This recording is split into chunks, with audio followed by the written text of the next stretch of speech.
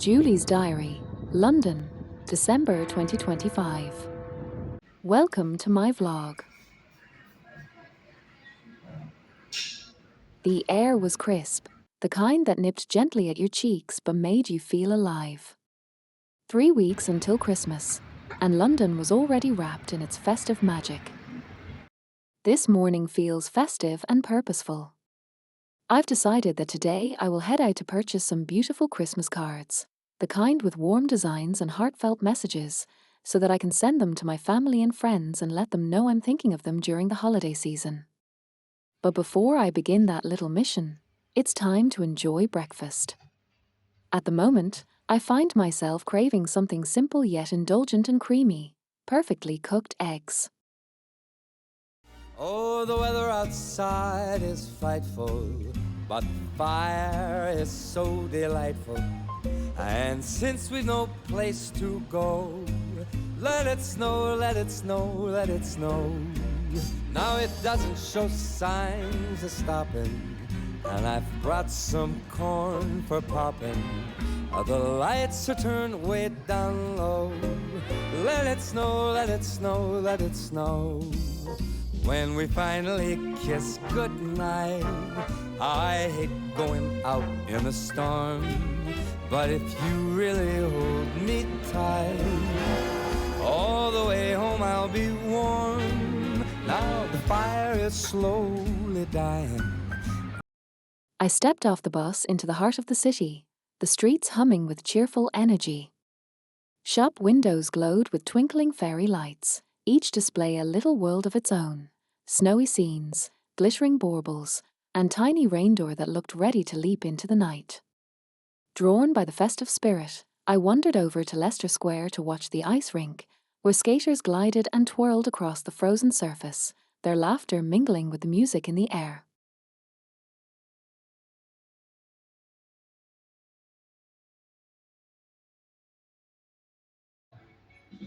Inside a little stationery shop, the scent of paper mixed with pine, and shelves overflowed with Christmas cards, some elegant in gold foil, others cheerful with robins and snowmen.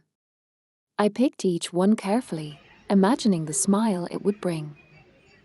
I couldn't wait to write my Christmas wishes, so I decided to begin straight away. I carried my bundle of cards to Pret, where the festive atmosphere matched my mood perfectly. Settling into my seat, I spread out my cards across the table, admiring their designs. Tall Christmas trees adorned with ornaments, cheerful robins perched on snowy branches, glowing fireplaces that seemed to radiate warmth, and of course, Rudolph with his bright red nose. With pen in hand, I began to write, pouring my thoughts and wishes into each card, feeling connected to the people I love even before they received them. I ordered a steaming cup of hot chocolate and a warm, buttery mince pie that smelled of cinnamon and cloves. The first bite was heavenly, rich, sweet, and comforting, the very taste of Christmas. As I stepped back outside, I found myself wandering through the lively streets of Covent Garden.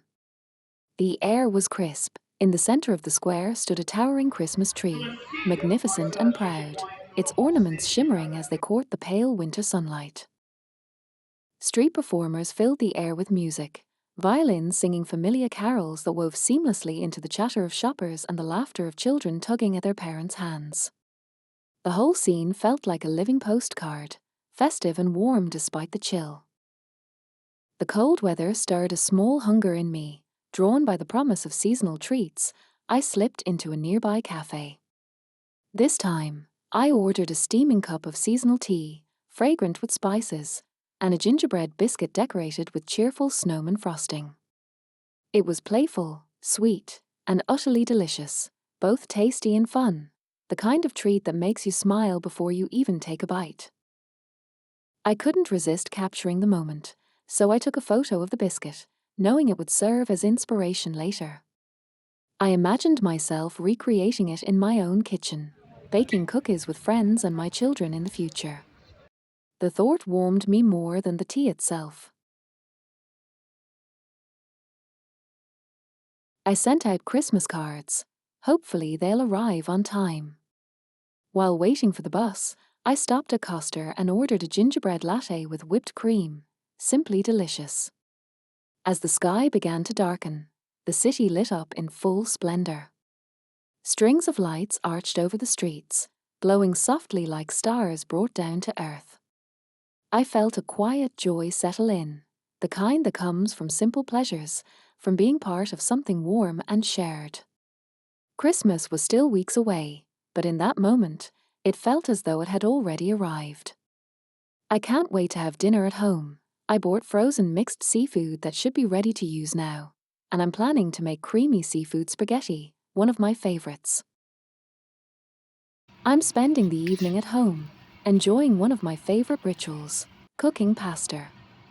This particular dish has been close to my heart ever since my secondary school days, when I first discovered how comforting and satisfying it could be. Over the years, it has become more than just a meal.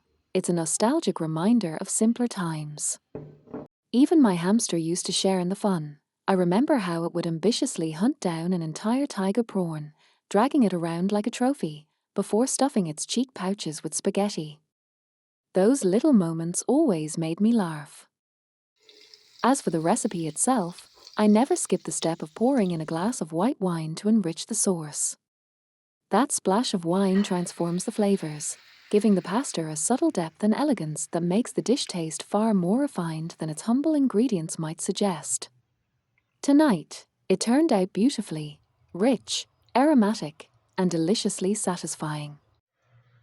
While I'm in this cozy mood, I also feel like showing you some of the furniture I've cherished for years. About a decade ago, I invested in a dressing table and a lamp from Habitat. It cost me a small fortune at the time, but I've never regretted it. The craftsmanship and design still feel timeless. Alongside it, I bought a sofa from DFS. Compared to IKEA, it was pricier, but the comfort it offers is unmatched. The leather sofa is incredibly soft, and the proportions make it perfect for smaller living spaces. If anyone is looking for furniture that balances style, comfort, and practicality, I'd wholeheartedly recommend it. Cheers and see you in my next episode.